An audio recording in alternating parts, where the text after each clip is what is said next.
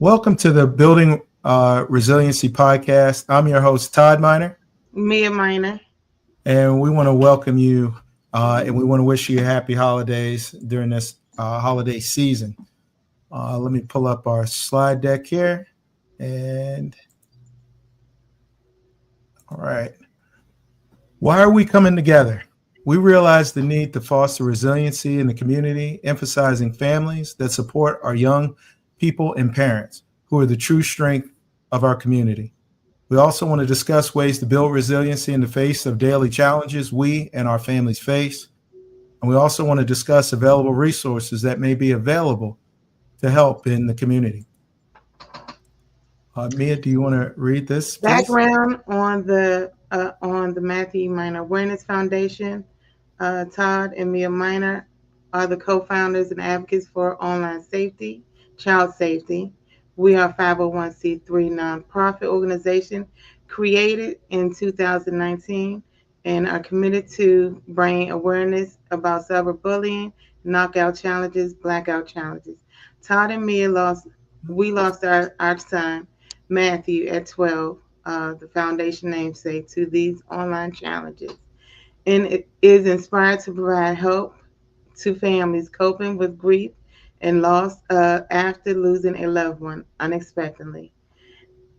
Also, we have established a scholarship fund for college-bound students nationwide to further their future education goals.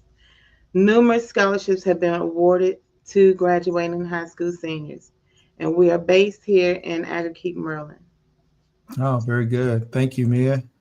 Here's a quote from our family goes by. For us, it's a campaign born by the deepest loss, driven by the love and memory of a young boy who always worked hard to help others.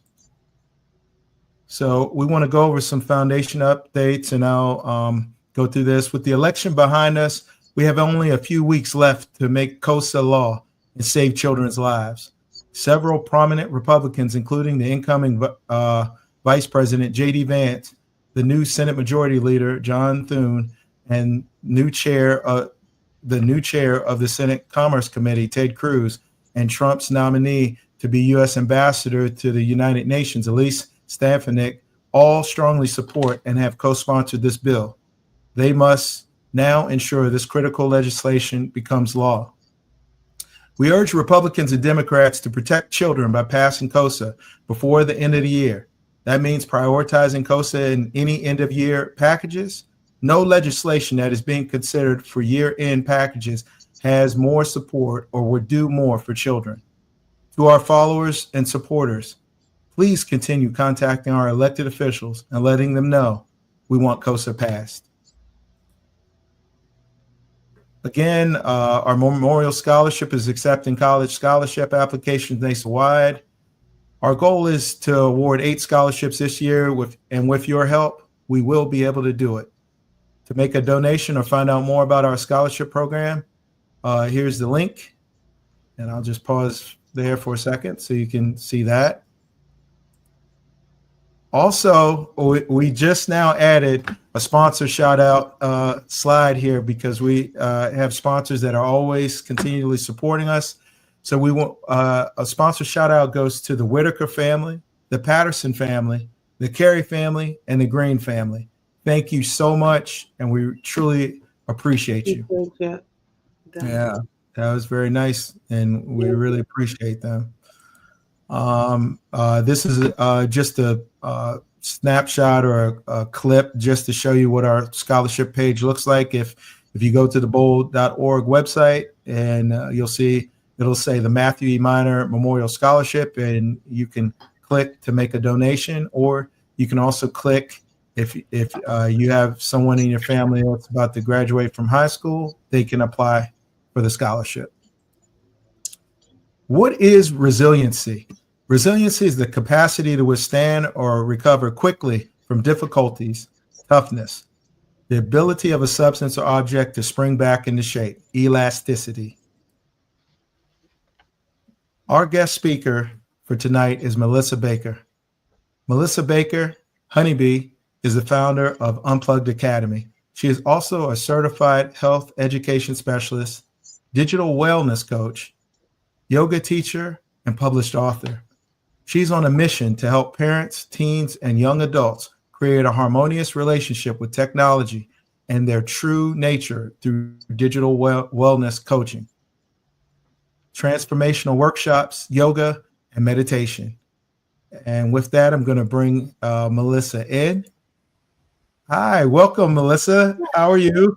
Hi, Hi, Melissa. How doing you doing? Good to fantastic. see you again. Yes, I'm so happy to be here, and thank you for having me on your show. I appreciate it. You Yeah, welcome. no, thank you. And I know, hopefully, I know there was, we were working with schedules and everything. But How's the this is, family?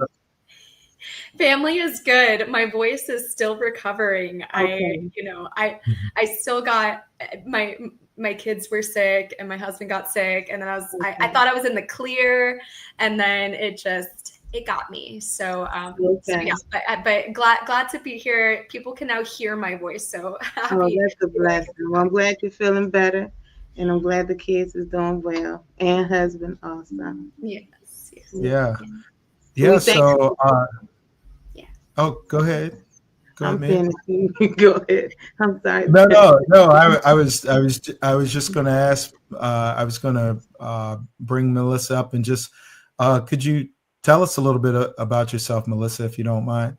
Yeah, definitely. I appreciated the introduction. Yes, I'm Melissa. Happy to be here. I did a podcast a couple weeks ago, and it's just really wonderful to see the ability for people to bring awareness on just technology and screen time and children. And I'm always learning. I'm always learning about it. So, so I'm Melissa. I am a, like you said, yoga teacher, digital wellness coach. Got into the field kind of selfishly for my own need of wanting to learn more, and also had what I considered an addiction to social media, and have just been on a journey of health in general throughout my life. As most of us have, just figuring out what's good for me, what is not. And so for me right now, I'm at a point where I am bringing the awareness of just the importance of having this relationship with technology that is in balance, and this looks different for everyone. So I'm just hoping to share a little bit more about my story, help inspire individuals to have that resiliency and to keep going, and to know that that there's always a way for someone to overcome and to get past something in a way that's inspiring, like both of you have. Oh, thank you. Yeah, and so maybe you want to just let us know how you got started. How did you get started in this space? Yeah, so I'll kind of go back a little bit before started in the digital wellness, and how I got interested in health and wellness was I've always been a very active person throughout my childhood, and blessed with opportunities to just move my body and ways that I can just support my physical well-being. And then in 2015, I got diagnosed pretty suddenly with scoliosis. And it was severe when they caught it. So it was about a 52-degree angle in my spine. And essentially the doctor that saw me said that the only option is surgery. I was 15 at the time. So a surgery for someone who's a teenager is pretty, as far as recovery rates, pretty well. And, but it's a very major surgery. It has affected my life, and will for the rest of my life. So I got the surgery I think it was about 4.5 months after I found out that I had scoliosis. So again, pretty quick timeline. And then was in the hospital for a few weeks, and then had to relearn how to use my body. I was in a cane and had a cane for a little while, walking down the road and taking an hour to go up a little bit of steps that were in my house, and worked with a physical therapist, and really had to relearn what it was like to be in my body.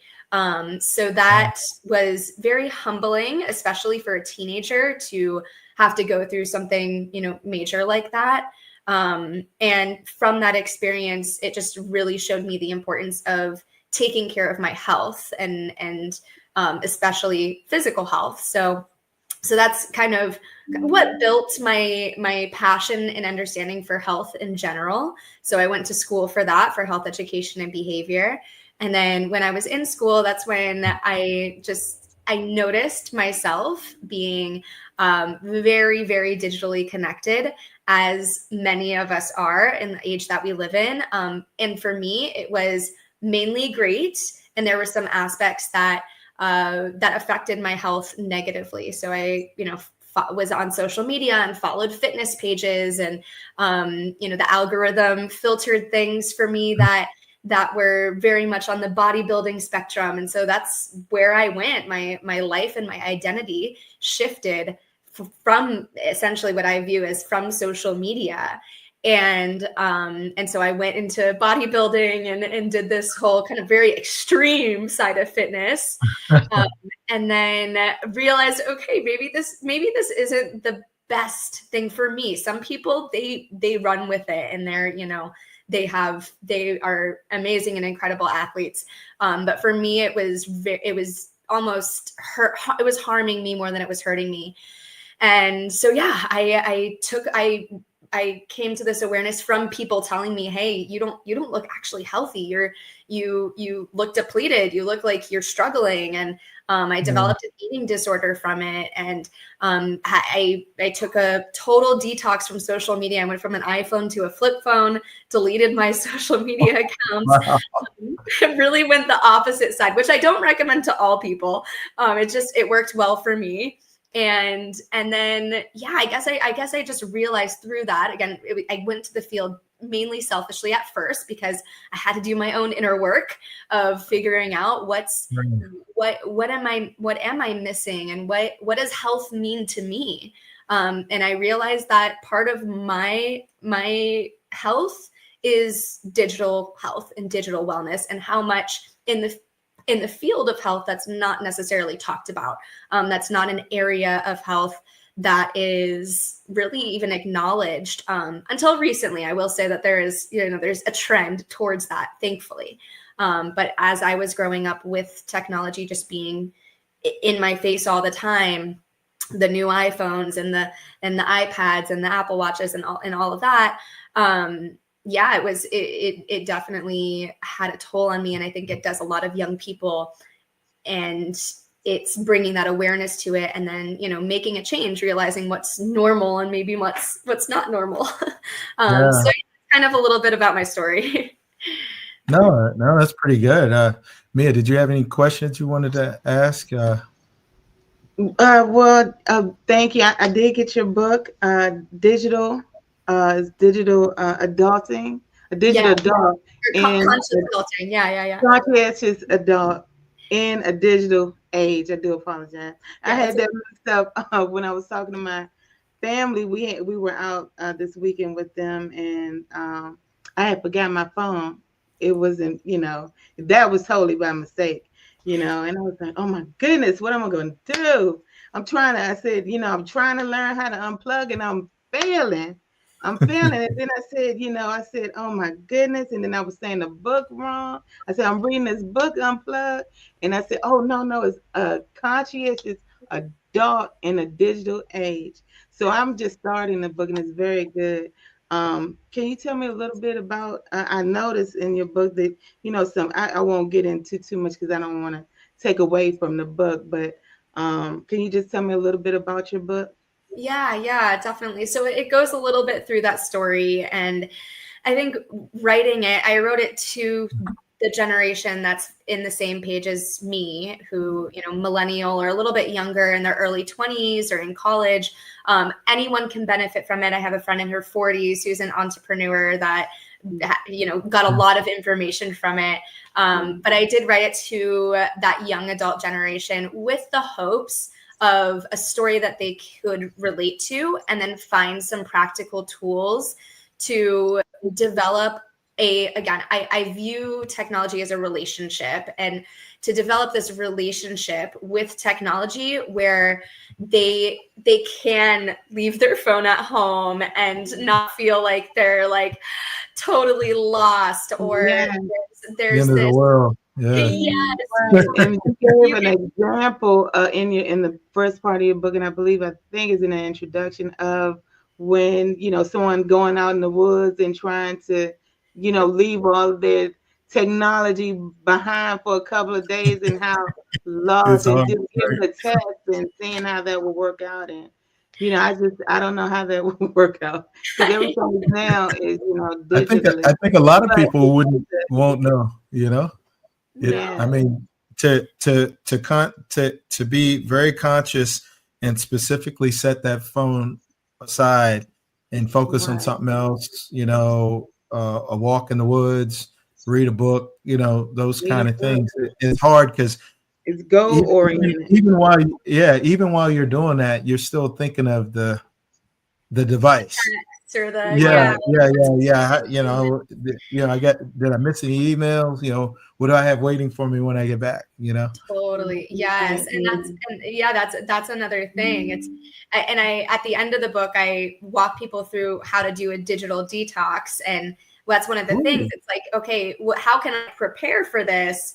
What am I doing in the present moment of the actual detox? And then afterwards, there is this integration back into it, because when you open up your phone, it's like, asking yourself, are you ready to receive all that information? So much of the time when we open up our phone in the morning, sometimes we're not emotionally available to receive whatever's going to come in to our being. And there's this like lack of consent, with technology. Right. So and I think that another important component of my book that I do weave in a little bit of spirituality and this connection with God or source or universe, however a person relates to that, that higher power. And I do think that there is something to say with that intertwining, because our attention, some people, they like to go into the woods to, reconnect, to recalibrate, to just, connect with themselves, connect with something higher. Some people it's going to church. Some people it's doing a yoga practice. So there is this, I do think that it's all connected in some way, with, how we are on screens and how conscious we are of what we are consuming. And when we are distracted, that connection with how are we feeling in our bodies, and how are we doing emotionally and mentally. And there's this relation to spirituality and ways that we can connect with that.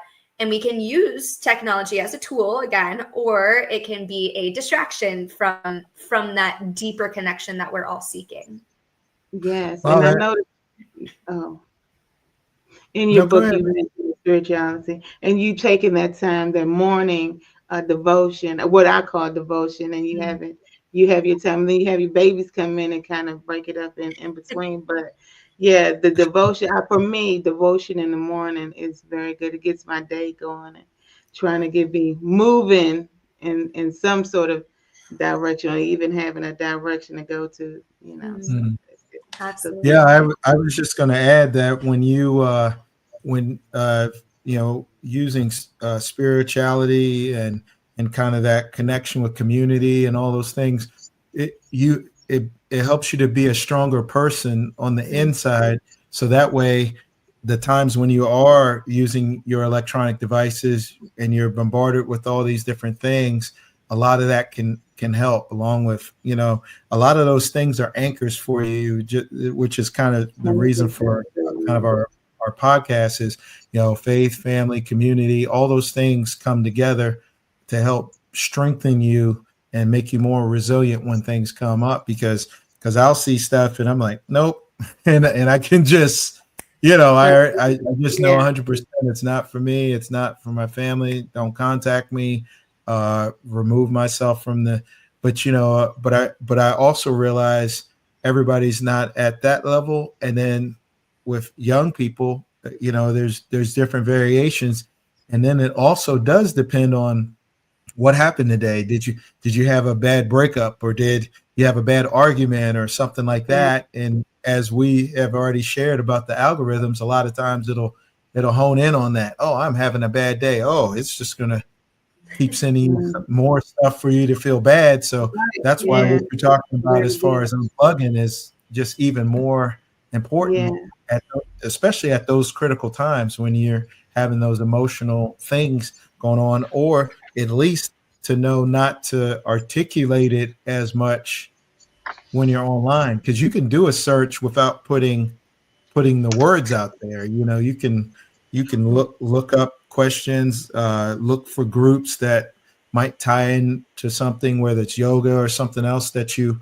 want to tie into, without actually putting those messages and typing that stuff in there. Not as far as messages. Maybe it does. Maybe the algorithms, as far as I understand, it'll probably do it also if you search for it too. So I kind of, now that I think about it, it's almost like, it's probably best to unplug as much as you can. And and that's the thing. Oh, go ahead. Yeah, well, just one last thing was just, I think if you search directly on like an internet browser versus within the social media spectrum, that at least might be a little easier, because you can kind of manage what you got coming back. But go ahead, Melissa. I apologize. Oh, no. It was on those points exactly, as far as, and for adults, our brain can decipher, okay, I'm searching this thing, and I'm aware that, it's just showing me all this thing. But for kids, my understanding is that it's and I experience this, is it's harder for them to realize, this actually might not be good, or it's harming me now. Like it was, that exact experience happened to me with fitness. It's like, fitness, it's this positive thing. And then the algorithm started showing me like really just getting more and more extreme. And that was like the rabbit hole in which I fell into. And it really opened up the illusion that social media is. And thankfully I was like, I had that awareness to unplug and to see it. And I think the more that I unplug and delete Instagram from my phone every few months, and just take those breaks, the better it is for me. And everyone has their own method of how they can do that. But for kids, I feel like their brain they can't register that as apparent as it is for adults.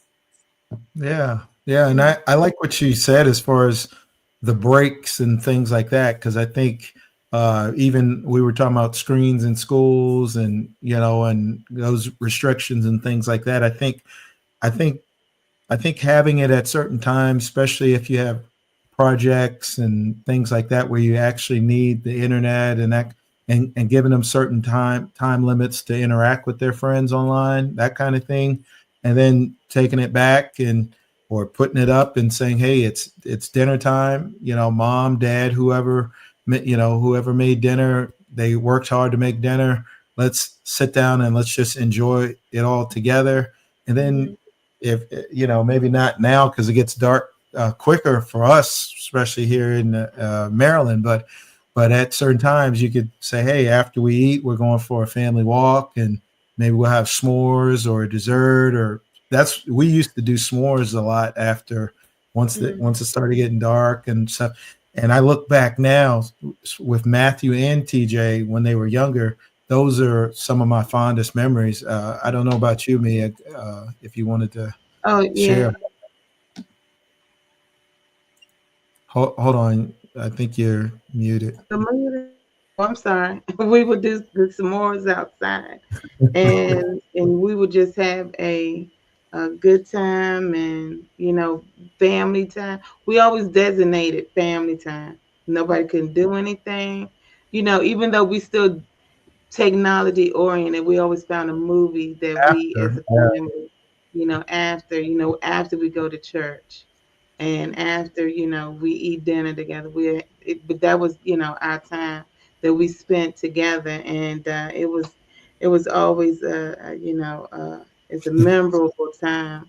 And the kids would always say, "Oh man, do I have to?" Or they Yeah, complain they or couldn't, something they like that. complain, and But a lot of you know, times we'd have kind of everybody movie night. Everybody would get a chance to pick the chance movie to and stuff. pick a movie. And Yeah, whoever's day it wasn't, they didn't they really had want to to be there do it. and that kind of stuff. But Yeah, but but usually after they're kind of happy. They're happy to be able to go back to their device or whatever after. But we usually ask, "What did you learn?" That kind of thing to try to, hey, let's after this we're going to have a question and answer, and then after that you can get your devices back for an hour or so. And so it was our way to, we knew that was kind of the driving force. You could kind of see that even with video games and stuff. When you ask them to do stuff, it's hard to pull them and away. video games. Yeah, But we tried to incorporate some so I would lock it human up. interaction. Yeah, human interaction. We just go outside. What am I going to do out there? I don't know. Go Right. there's a park not far from the house. You could just walk right up there, go to the park, swing. And so we tried to do that. And I guess what other things You keep them in we had activity. talked about it. Keep them Yeah, what active. other activities what do you guys do? Before Melissa? What Matthew was your passed, thing? we Oh, I'm wanted to sorry. put him in basketball, and he, my husband, he had just got sick, and he felt it was too much at the time, so Yeah, I had I cancer. So he yeah, had it was too much cancer. at the time So me because taking care of him and then having to take Matthew back and do the games, he said I probably wouldn't have been, but yeah, sometimes I regret it because if he was there, I think he would have been. Yeah. Yeah. So yeah, let me just share for a second, Mia, if you don't mind. Yeah, when I had my with the type of cancer I had after the surgery, I wasn't going to be able to walk around and do those kind of things. And so, yeah, usually when you have those illnesses, as you know, the family kind of has to, whatever they were doing, everybody kind of comes back together, or things kind of I don't want to say collapse, but your span of everything you're doing, the family's doing, whether it's meetings and all this other, all that stuff kind of comes together when you have somebody that's sick, and until they get better. And so that was kind of the way I was looking at it, because I was like, well, I'm not going to be able to fix food for myself or do anything. I was pretty much just down for the count. Yeah. And then I'm glad I thought that through, because I had an injury to my leg, so I couldn't walk. Right. So the walker and what you were talking about, you were in crutches and that kind of stuff. So I can totally identify, because when you're in the parking lots, everything seems so much further away. It's like, man, am I ever going to get there and stuff? But one thing I will say, when you go through something like that, like you said, that's when you realize that, I mean, it's good to have the electronic devices, but family is the ones that make that homemade chicken noodle soup for you, or get that. I like cinnamon, like raisin bread with the cinnamon in it and stuff, and lightly toasted and stuff, and with my breakfast and stuff, and Mia and the family, they did all that stuff for me, though I was kind of just bedridden at that time. And so it made me feel better, and it made me want to work harder to get up. I start holding on to the, what I'm saying, Melissa, hold on to the rail and try to move that way inch by inch. And so I wanted to just maybe ask you about that. How long was your recuperation from your surgery? And I'm sure you have some stories of probably the help you received from your family, support you received while you were getting better. Yeah.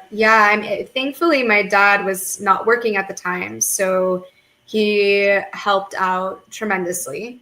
And it was one of those things, as a teenager, you don't appreciate until you're older. It's like, man, I was really mean to you, Dad. I'm sorry. But they really helped me out. And yeah, so I had the surgery like on a year span. It was March. And then for the last 2 months of school, because I was still in high school, I did virtual school. So I finished my education online. And then there was a summer period. And so I would say by the end of summer, I was okay to walk and to move, not to jump or do anything crazy. I played tennis before the surgery, and I was very eager to get back in, and I knew that I had to wait. So it took about, I would say, 6 to 7 months for full recovery. And wow. It was slow. It taught me a lot of patience about the body as well, because, even right now I'm dealing with some health issues, and it's like, man, I want to feel better. I want to feel better. And I know. Just like, it's like, and I'm like, am I just getting older? I don't know if I'll ever get better. Wow. This is hard being in a body. So I mean, so it's both, it's like, every day it was the sense of like, okay, I know I'm one step closer. And there in a surgery like that, for me, at least, I knew there was going to be another side to it. It takes so much patience and just surrendering to the moment of the tiny little accomplishments, the tiny little things. And then just going back also on what you're saying, as far as like those little moments, it's like having s'mores by a fire. We did that last night. Actually, we're visiting Virginia, and so it's really cold here, and it was great because Florida. Oh yeah, you're close by. yeah, we're pretty close. And so we had a fire, and it's like, man, those moments in the moment, it's like, oh, this is just like what we do, or this is just something. But years later, looking back on those tiny little things where you're playing ball, or you get to just like watch your kids run around, or whatever it is, it's like being present for those moments. And that's where it is so, I think, important to have that aspect of digital wellness, so that you can have the ability to put your phone down and watch, and to appreciate, and to be present for those little moments, because they happen and then they're gone. And if someone's, on their device, it's like, how much are you really taking in of that opportunity to have those simple moments that are imprinted memories for the rest of your life? That's so true. And I saw something somewhere. I think I was it was on Facebook as a little video, but it was good, because it said a lot of times people use technology like they're seeing other people's interactions, connections, like even what we're doing right now. We're having a podcast and everything, but it doesn't take the place of it like inside of us, inside of our soul. We need that face-to-face interaction, and we don't get it through this technology. We feel like we're getting it, but then there always seems, at least for me at times, it always seems like there's something missing.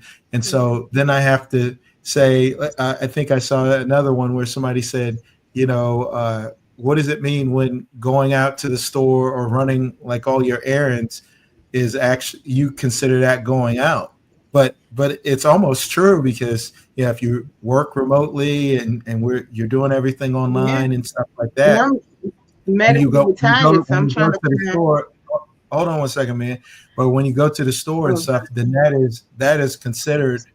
Yeah, I mean, you're physically interacting with people, even the cashier, or even somebody that's helping you with the checkout, self-checkout, or anything. All those are interactions. So I thought that was just interesting to share. I never really thought about it until I saw that. And then sometimes I'm just sitting here and then I'm like, I'm going to the store. Or, sometimes if the lotto gets big enough or whatever, I'll go grab a lotto. Like I'm just going out, and then when I'm out there, somebody's having problems or trouble with the machine, I just sit there and talk with them, and then we end up talking about what we do for work. That's usually the first thing, and then we talk about other things, and then we also share about the foundation and just that kind of stuff. But and really, I just wanted to share why that was important. Probably from our perspective is because all of those things after we lost Matthew, we were able to look back on those days, those times with the s'mores, and then sometimes they were like, hey, I want a double s'more, with double everything in it. I'm like, oh, I don't know, it seems kind of extreme, but it's like, hey, why not? I mean, we have all the stuff to do it, and then with the fire, you get that smoky taste for the marshmallow and stuff. We don't, we never did it all the time, but especially with good grades and stuff. But I think as I think about Matthew and also our son TJ. Now TJ's an adult. He's college age, but he's adult age and stuff. And when I see him, I can still picture them when they were small and when we were doing the s'mores and we were helping them and all that. So I think those are those golden moments, just to piggyback off what you were saying. But, once, if you ever have a time where you're either separated from that loved one or they're in the military or, somewhere where you don't see them on a regular, you can always pull back on, pull back, think back on those things. And so I agree.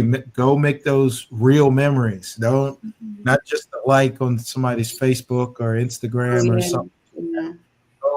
Go actually interaction. Yeah, getting out. Yeah. If you got a trail you want to walk it. If you got family members you hadn't seen in a while, call them up. Say, hey, hey, I might be in the area. Can I even swing by for 30, 40 minutes? It doesn't matter. Even if they're about to go do something else, that 20, 30 minutes, we drop off bottles of wine or something like that just to, hey, let them know, or like a gift basket. And then, hey, 30 minutes and we're back on the road and they're doing what they're doing. But we have those that we saw them. So I don't know. I definitely gotten more sentimental since Matthew passed, but then also with the holidays, that's kind of hard too. So so I know we were just kind of talking back and forth. I didn't know if you had any other things you wanted to share because I saw that you do you digital wellness, yoga. Is there there's something else I may not I don't have your list right here, but did you want to touch on some of those things too? And yeah, definitely. One moment, I'm just going to switch on the lights here because it got dark all of a sudden. Go, okay.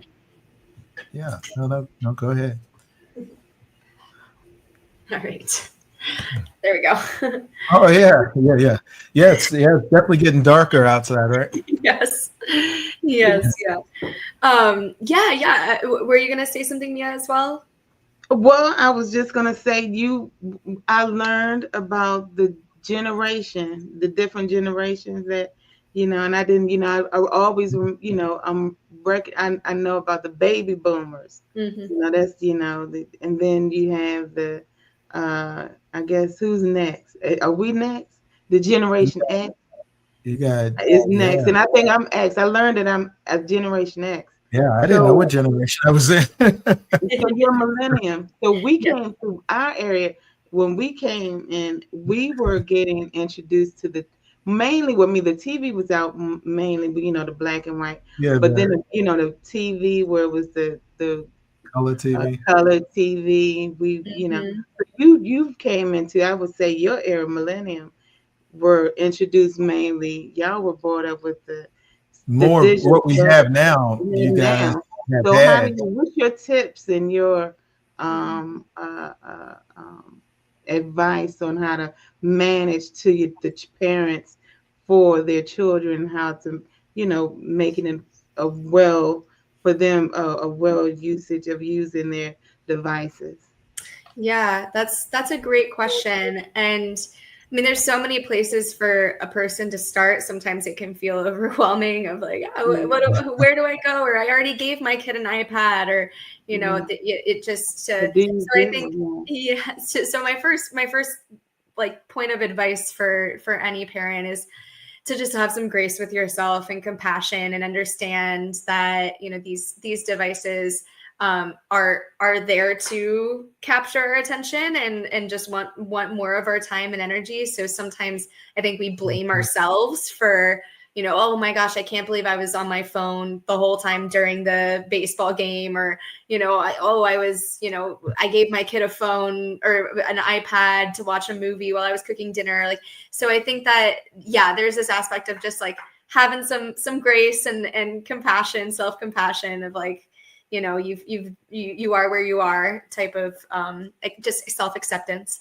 And I think it is a interesting thing, especially for my generation who did grow up as technology was evolving, is to self-reflect, and whether that looks like journaling or going on a walk or talking with someone about, how were you raised, and what was it like? Was your parents on phones or on their beepers or computers all the time?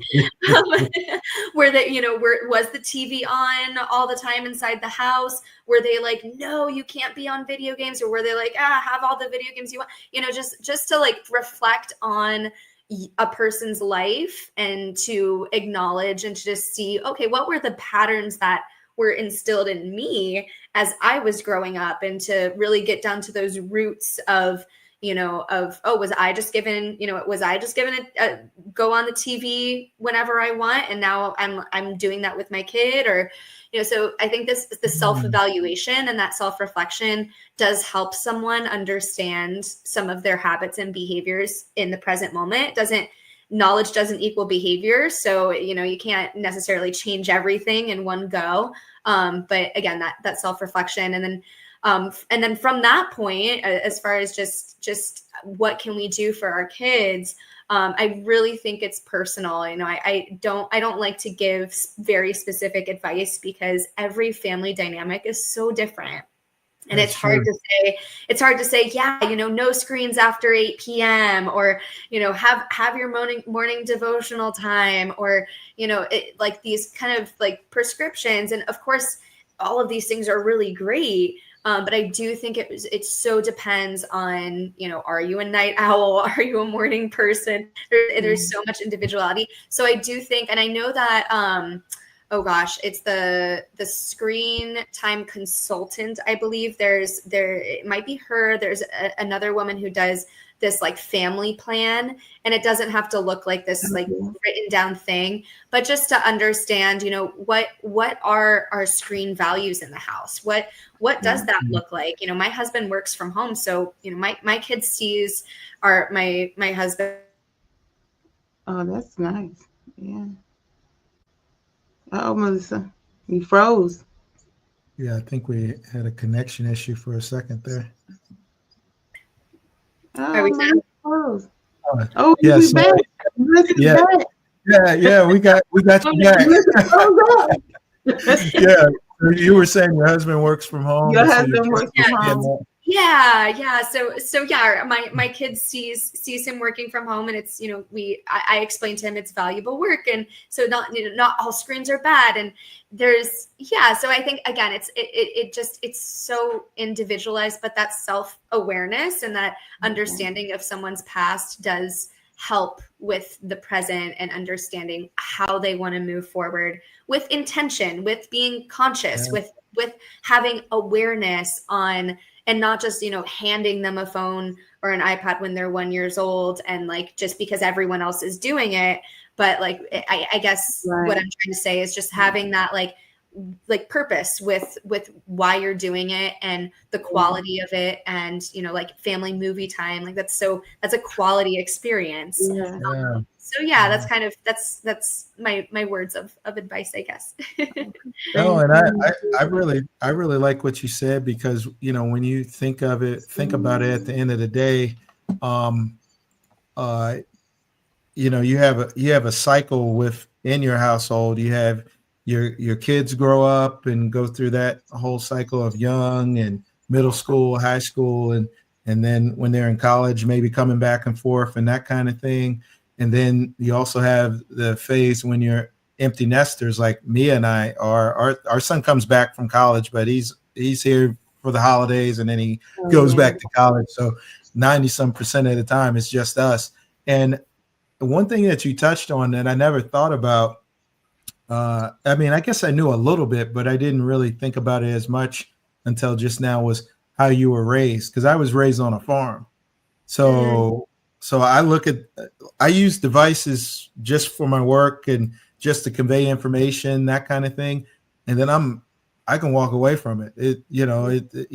And sometimes I'll get on because I'm like, wow, I haven't been on Facebook for a while, besides sharing information, that kind of stuff, just for Todd as the person, not us running our foundation kind of thing. And so I'll do that and look and see what's going on in people's birthdays. I really like Facebook for that and kind of knowing about family reunions and things like that. But yeah, I'll sit there for maybe 30, 40 minutes and then I'm like, nope, done.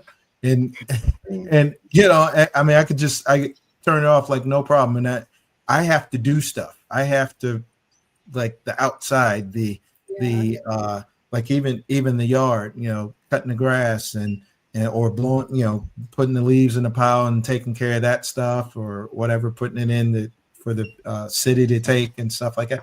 I just have to do that physical kind of stuff. And so I don't know what happened. I used to be so. But I think it ties into just kind of being raised on a farm. Go ahead, Mia. I'm sorry. Go ahead. No. I was just saying, Pinterest. If you see my little pin, I've saved all. I'm saving this, saving. So I have a whole. What is it, like activities or something? But no, well, Pinterest kind of gives you ideas of different types of like clothing or hairstyle, decor, or I saw it a little bit. If you put it in there, they'll have it.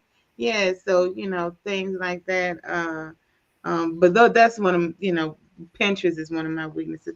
But one last thing from I noticed there was kind of fascinating. The professor Cal Newport wrote a book that was in your book, the Deep Work Rules of Focus, Success in a Distracted, I guess. Oh yeah. Yeah, are you familiar the non-cognitive work between the deep work? Do you have a take on what you think would be non-cognitive work and what would be considered deep work? Yeah, I mean, well, I think again, it's one of those things that's individual for each person, because deep work, like maybe that passion project, like someone can think of it as like they're like almost like the word that comes to mind for me right now is channeling. They're like, I am just in it. I'm writing this book. I'm creating this thing. I'm doing this thing. And I need all of my focus, all of my attention.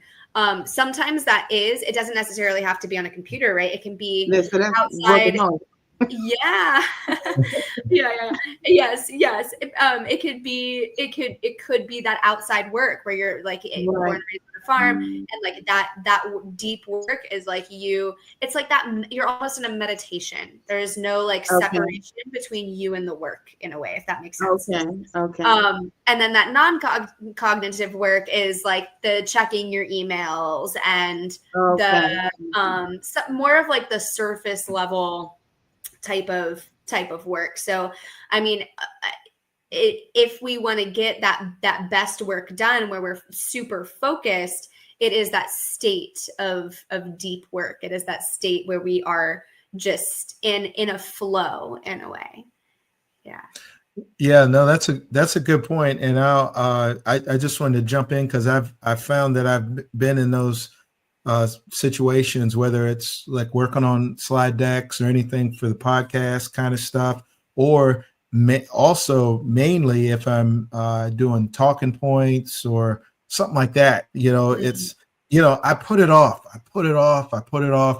I'm like everybody else. But then when I sit down and I get started and then I start framing it and stuff like that, and then bam, and then it's the connection, and then bam, bam, and then I just keep going. And next thing you know, half an hour, however long it takes me to kind of get everything framed together.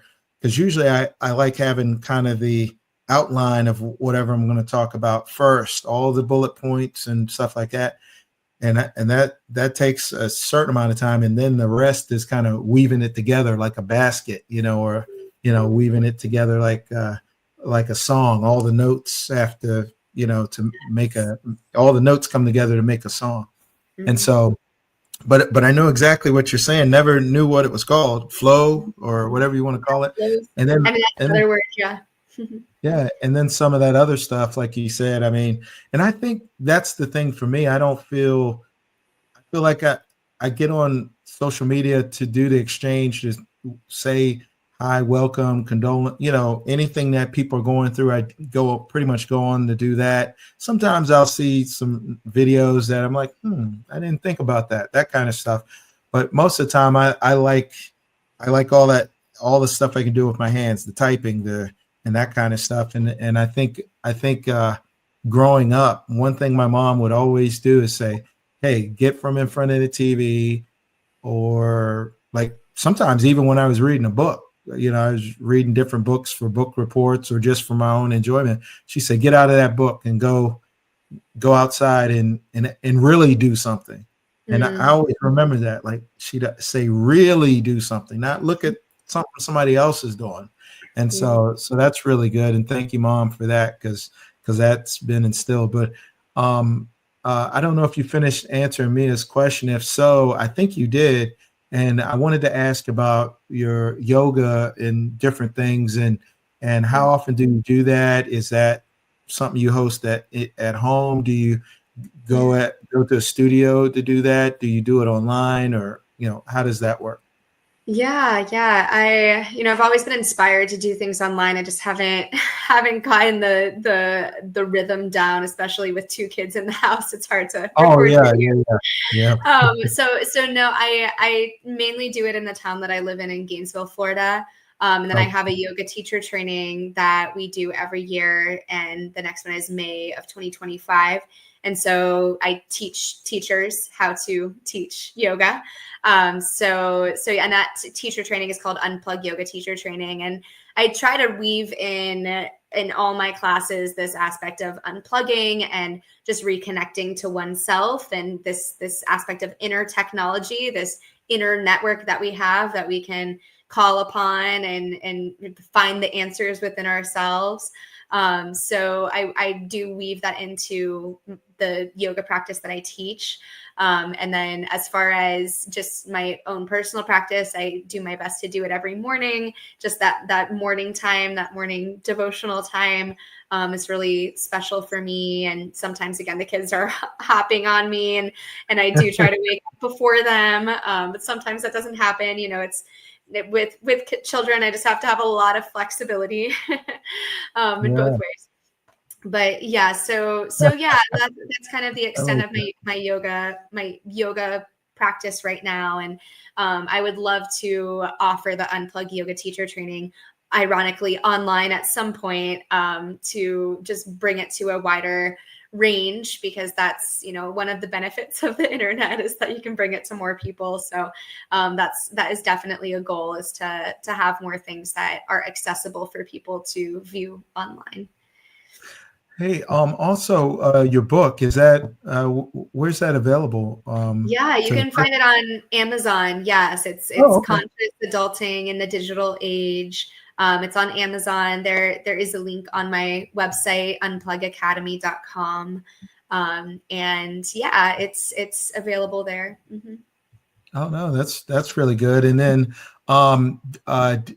do you, or have you gone, or do you plan to have you gone around and in-person speaking engagements, that kind of thing? Could you talk to us a little bit about that? Or yes, definitely. I have done a few, mainly in Florida. I am open to travel to different locations. I love speaking to kids and teens. Also, mainly how I've spoken to people before is parents and entrepreneurs, particularly female entrepreneurs, on the aspect of digital wellness and just taking care of themselves. So yes, that is available. Oh, no, that's really good. And Mia, I had a couple questions, unless you did. I had a couple questions. No, I'm going to turn it over to you. Thank you, Miss Melissa. And I'll turn it No, over. I just want to make sure, because I know Mia. She's like, well, I had these questions I wanted to ask Melissa, so I was like, I had to inside myself. I said, well, let Mia ask her questions, and but we always ask these questions. I think I kind of mentioned them earlier, but overall, what was the biggest roadblock to getting started with your work? Would you say? I would say the distractions that are constantly around us. And one of those distractions is social media, for sure. And just, I have this idea that we are meant to, everyone has this thing that they are meant to do on the planet. And there are lots of roadblocks in the way of that. And a lot of those roadblocks are, just kind of distract you from the actual purpose. And I would say that just distractions in general, kids whining at me, the dog, the social media, paying attention to what everyone else is doing. And I'm like, oh, should I do that? And I'm like, wait, no, I'm actually supposed to be doing back. This is taking, I know me and Mia, it's got to be taking us back, because of course we had the young kids, we had the dog, we had kind of what were the Joneses doing, essentially. What is everybody else doing, either in our neighborhood, what we see online? Why can't we do that, and all this other stuff? And it was active, so you had to be like on top. Shoot, him and TJ. TJ's an artist. He would draw on walls and all that stuff. So you had to really, and if we're at other people's houses, you really had to stay on top of it, because if he found a marker and stuff, he'd just start drawing. They were good pictures and stuff, but still, you're drawing on somebody else's wall and stuff. And so now he does that. He does photography and graphic design and stuff like that. So he's an artist. That was what he was meant to do. Also, my next question was, where do you find the strength to continue your work? Yeah, right now it's definitely family and the aspect of community. And I mean, really, it's drawn from people like you who are also doing the work, and just very inspiring. And I volunteer for Fair Play with the Children's Screen Time Action Network, and the voices that I hear through that, and the people that are affected and see with children and screen time. I definitely draw my strength from knowing that this work is important and really, really needed in the world right now. Wow, that's really good. And I had something that I'm moved to share, especially with the holidays coming on and stuff. There was something that you said, and something that I live by too, is, especially when you're grieving during the holidays and things like that, give yourself grace, realize that a lot of things, even though we like to feel like we have control over everything and all that, we don't have control over everything in life.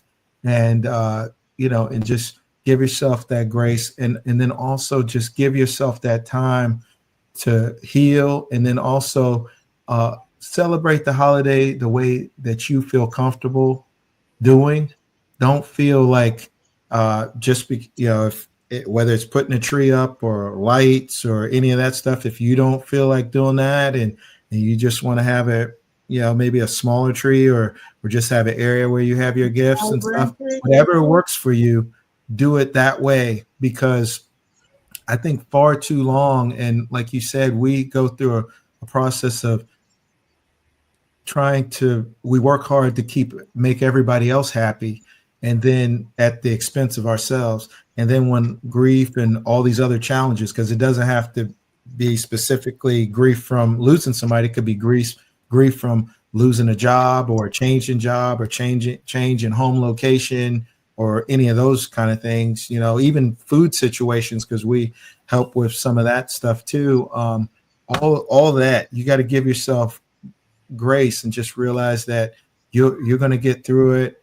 And I really like getting back, to that spiritual connection, clean and clear your mind out. And I bet you those, a solution is going to pop into your head right at that time, or an idea. It's like, wow, I could do it this way, or something like that. So I wanted to share that because this will be out around the holiday time, Christmas, close to Christmas and stuff like that. And I just wanted to share that. Also, my next question is, what are your plans for the future? Yeah.